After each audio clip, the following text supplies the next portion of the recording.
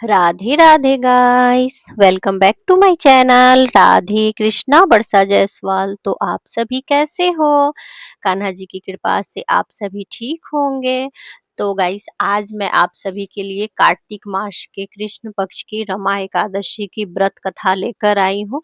और साथ ही मैं आप लोगों को बताऊंगी कि कार्तिक मास की रमा एकादशी जो होती है, जो कि कृष्ण पक्ष में होती है, तो वो कब है।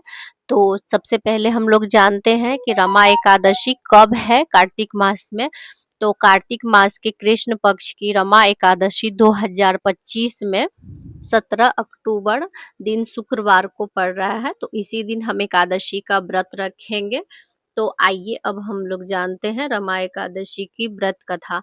तो गाइस, कथा सुनने से पहले आप थोड़े से हाथ में तिल और पुष्प जरूर से रख ले, क्योंकि खाली हाथ हमें कभी भी कथा नहीं सुननी चाहिए।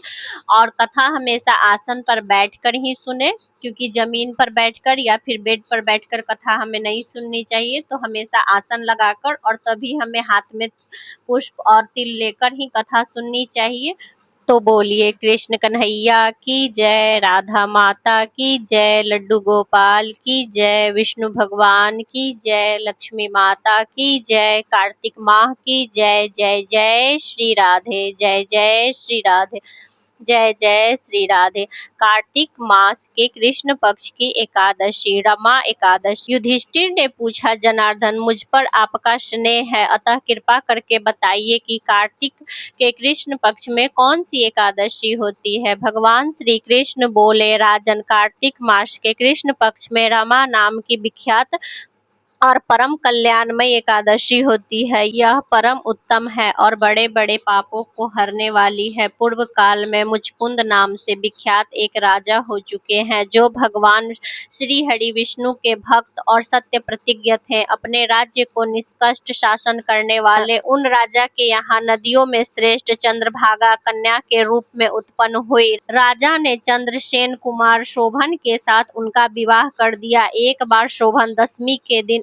अपने ससुर के घर आए और उसी दिन समूचे नगर में पूर्वोत्तर ढिंढोरा पिटवा दिया गया कि एकादशी के दिन कोई भी भोजन न करे। इसे सुनकर शोभन ने अपनी प्यारी पत्नी चंद्रभागा से कहा, प्रिय, अब मुझे इस समय क्या करना चाहिए, इसकी शिक्षा दो। चंद्रभागा बोली, प्रभु, मेरे पिता के घर में एकादशी के दिन मनुष्य तो क्या, कोई पालतू पशु आदि भी भोजन नहीं करते। प्राणनाथ, यदि आप भोजन करेंगे तो आपकी बड़ी निंदा होगी। इस प्रकार मन में विचार करके अपनी चित्त को दृढ़ कीजिए। शोभन ने कहा, प्रिय, तुम्हारा कहना सत्य है, मैं भी उपवास करूंगा। देव का जैसा विधान है वैसा ही करूंगा। भगवान श्री कृष्ण कहते हैं, इस प्रकार दृढ़ निश्चय करके शोभन ने व्रत के नियम का पालन किया, किंतु सूर्योदय होते होते उसका प्राणांत हो गया। राजा मुचकुंद ने शोभन का राजोचित दाह संस्कार करवाया। चंद्रभागा भी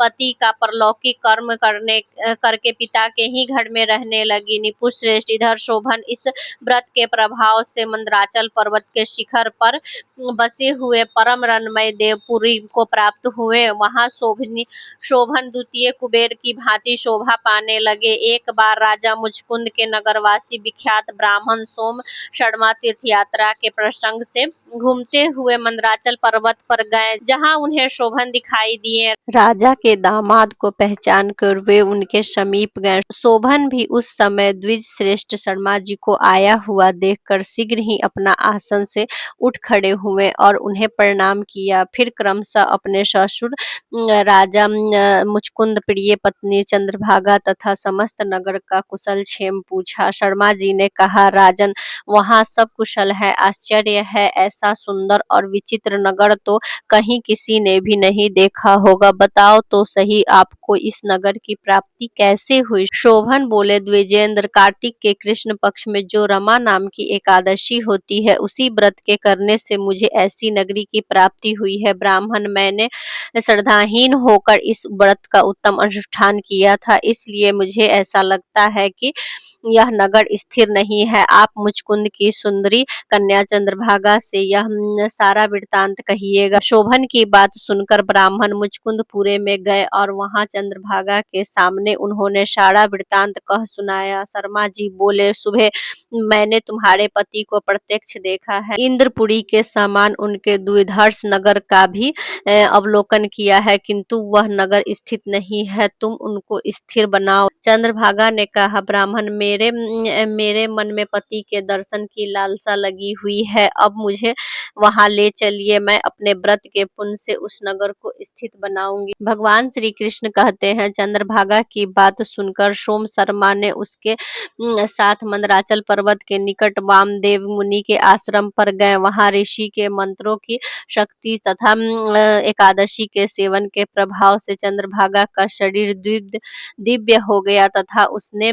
दिव्य गति को प्राप्त कर ली। इसके बाद वह अपने पति के समीप गई। अपने प्रिय पत्नी को आया हुआ देखकर शोभन को बड़ी प्रसन्नता हुई। उन्होंने उसे बुलाकर अपने वाम भाग में सिंहासन पर बैठाया। तदंतर चंद्रभागा ने भी अपने प्रियतम से कहा, प्रिय वचन कहा, नाथ, मैं हित की बात कहती हूँ, सुनिए। जब मैं 8 वर्ष से अधिक उम्र की हो गई, तब से लेकर आज तक मेरे द्वारा किए हुए एकादशी व्रत से जो पुण्य संचित हुआ है, उसे उसके प्रभाव से यह नगर कल्प के अंत तक स्थिर रहेगा तथा सब प्रकार के मनवांछित वैभव और समृद्धशाली रहेगा। निपुण श्रेष्ठ, इस प्रकार रमा एकादशी के प्रभाव से चंद्रभागा दिव्य भोग, दिव्य रूप और दिव्य आरंभनों से विशोभित हो अपने पति के साथ मंदराचल के शिखर पर विहार करती है। राजन, मैंने तुम्हारे समक्ष रमा एकादशी का वर्णन किया है। यह चिंतामणि तथा कामधेनु के समान सब मनोरथों को पूर्ण करने वाली है। तो बोलिए विष्णु भगवान की जय, लक्ष्मी माता की जय,